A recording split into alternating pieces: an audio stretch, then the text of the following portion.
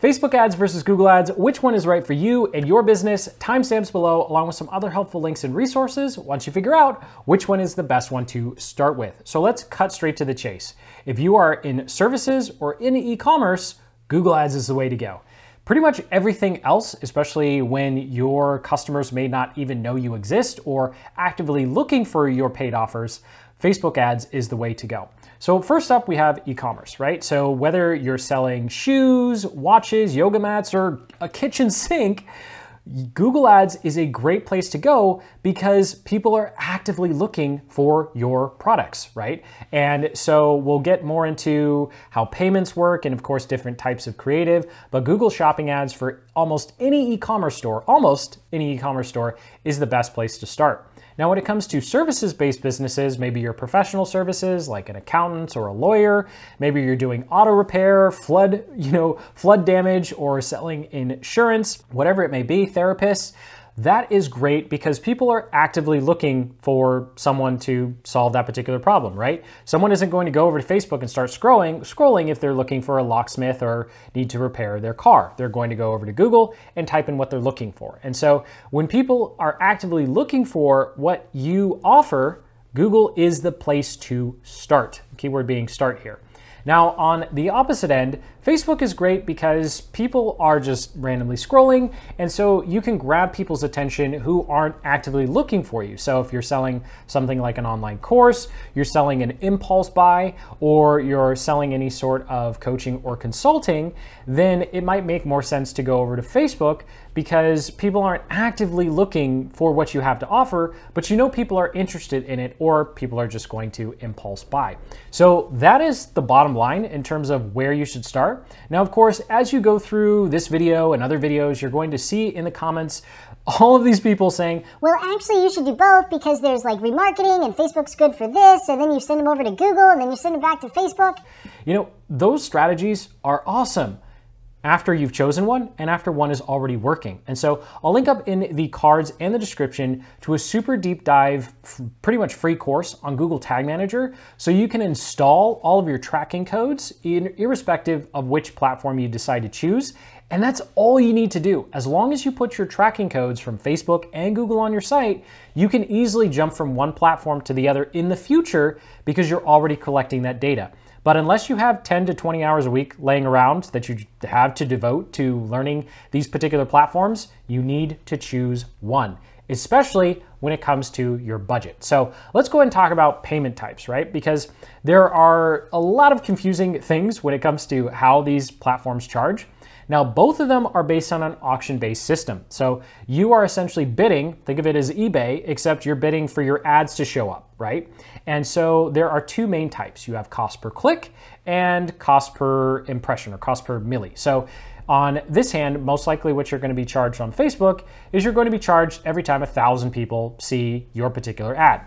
Whereas on Google, you're going to be charged based on how many people click. So 1,000 people over here could see your ad and no one could click, and you could still get charged for it. Whereas on Google, 1,000 people could see your ad and only 2 people click, and you only pay for those 2 clicks.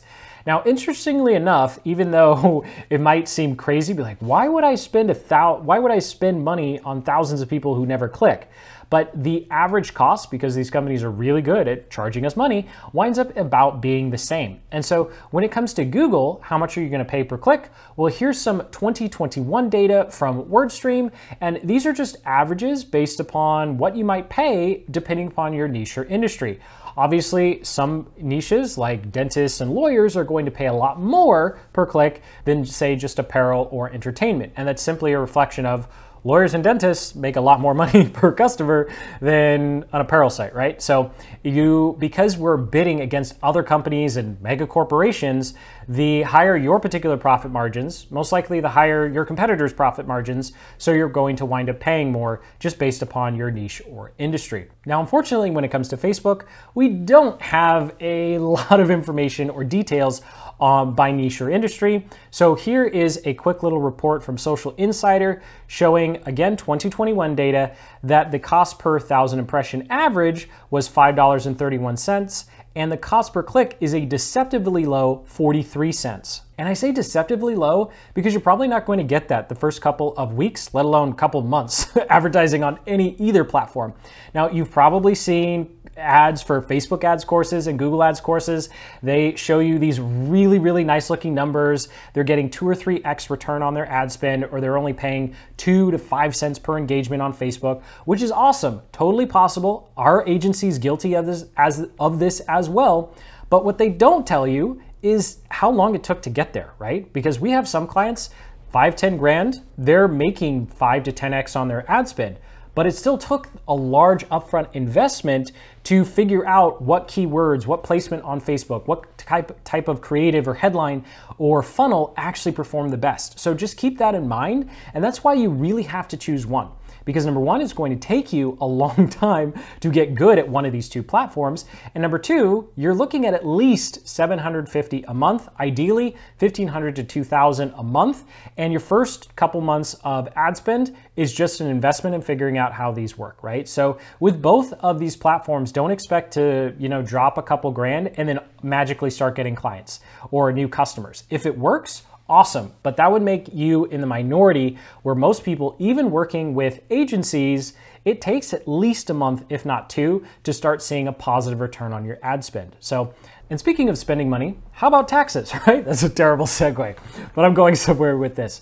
So we all have to file taxes, irrespective of where you are in the world. It's just this necessary evil we're all just forced to deal with once a year. So when it comes to figuring out how we're going to file our taxes, because chances are most of us don't just have the tax code memorized and fill out the form like we're ordering at Wendy's, we need to find someone or something to help us file our taxes, right? So option A, you head over to Google and you just search for accounting software, an accounting firm to help you. B, you head over to YouTube University and spend hours watching tutorials and reviews that compare things like H&R Block, Tax Act, or my personal favorite, TurboTax, hashtag not sponsored.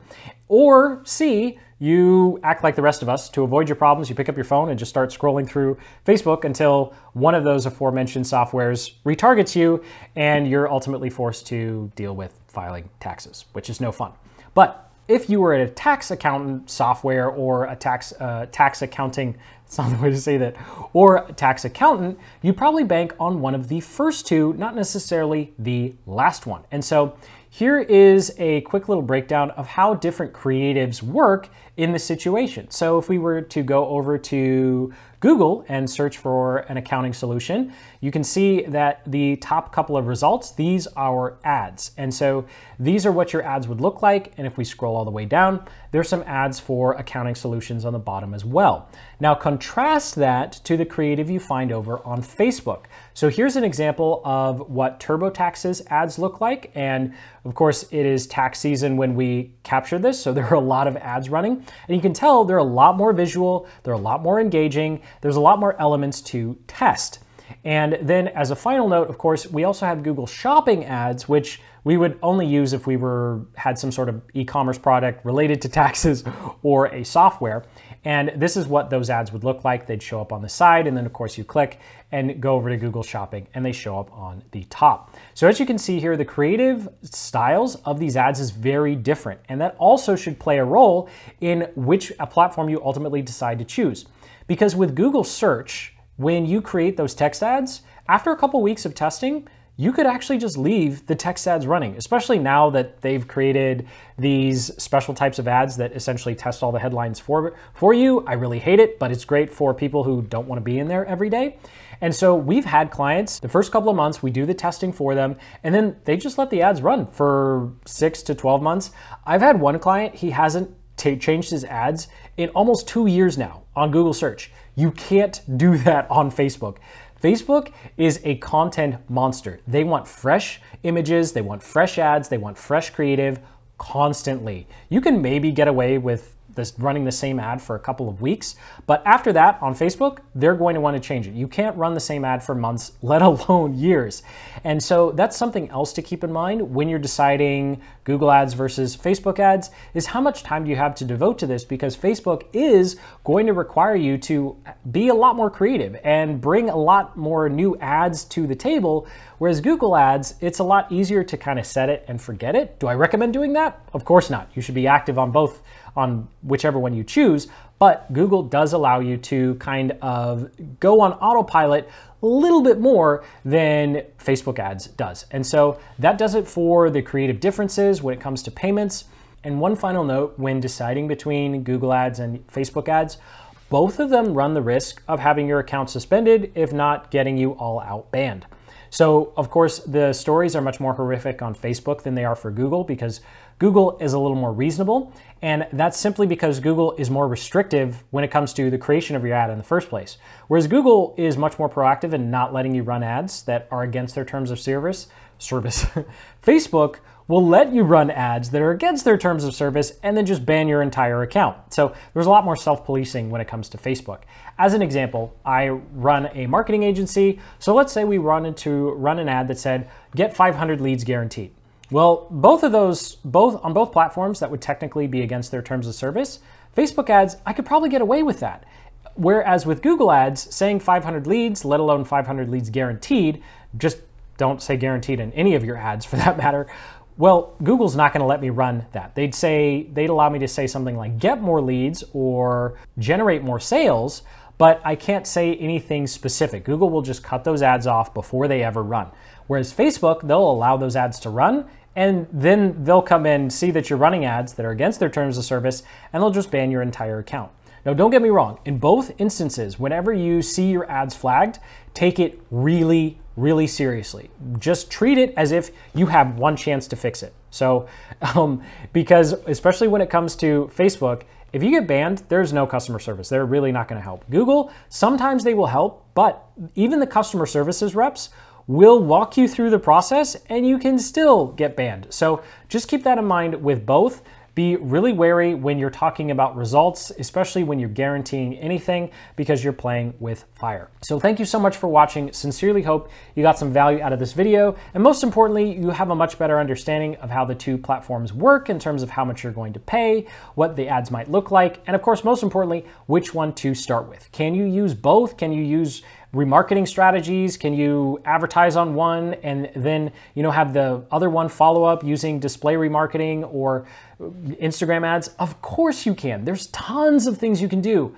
Once you have one working, please start with one. It takes so much time, energy, and resources to get one of these working, and it's a lot easier to build off success as opposed to trying to get both to work at the same time. So hit that like button, subscribe for more marketing guides just like this one, and until the next, keep building the business you love.